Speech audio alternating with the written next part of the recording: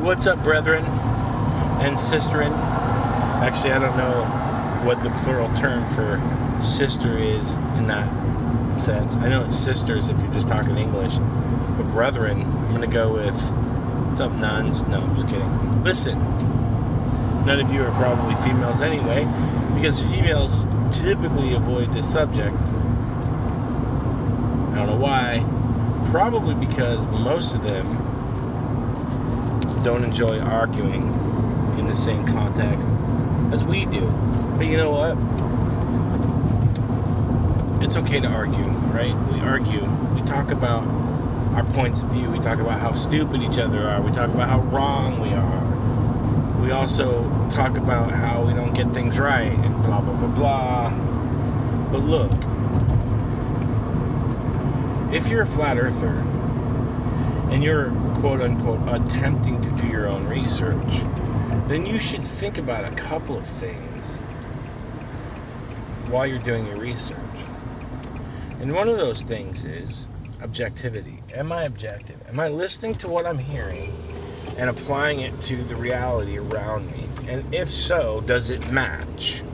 And if it doesn't, what am I going to do about that? You should have a mitigation management system or process wherein you go, okay, so maybe I'm wrong about something, or maybe I hear something that doesn't quite fit what I think is true. How do I go about making sure? So, what you can do is you can look it up. And if you don't believe what you see, you can test it. And this is the most fundamental aspect of this entire argument that blows my fucking mind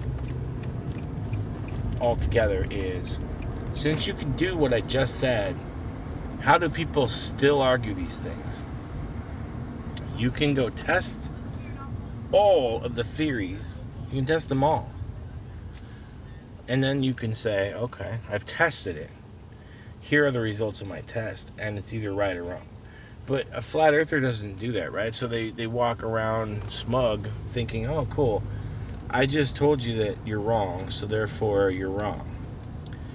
And at the same turn, the very same instance, when you show them how they're wrong, they just deny it or call you names. So what is going on here? What's really going on here? Do you really think the earth is flat, despite the evidence, the preponderance of evidence to the contrary? Or did you just think it one day, say it out loud, and now you're committed? Because if you back down, you're going to be considered weak. Because not a single one of you takes the stance of a strong person and shows. It's like this. Let me put it this way, okay? This is the perfect example of how the flat earthers act in the face of reason and logic and critical thinking. It's like playing 7-card poker, Texas Holdem. You get 2 whole cards, and then you've got the flop, the turn, and the river to bet, to state, to basically say, this is what I'm telling you I have this evidence, I'm trying to show you the strength of my hand. And at the end, when it comes time to reveal your hand, you fold. And by that I mean, everything you have is a bluff. You put it out there as though you've got all this knowledge, but when asked to actually present it, what you do is you slough your cards. You don't actually present your cards. But anybody in the world who's throwing all in or going to the large bet, if you're hitting the limit on your bet, there's not a single person around who has the nuts that isn't going to show their hand at the end, particularly when called.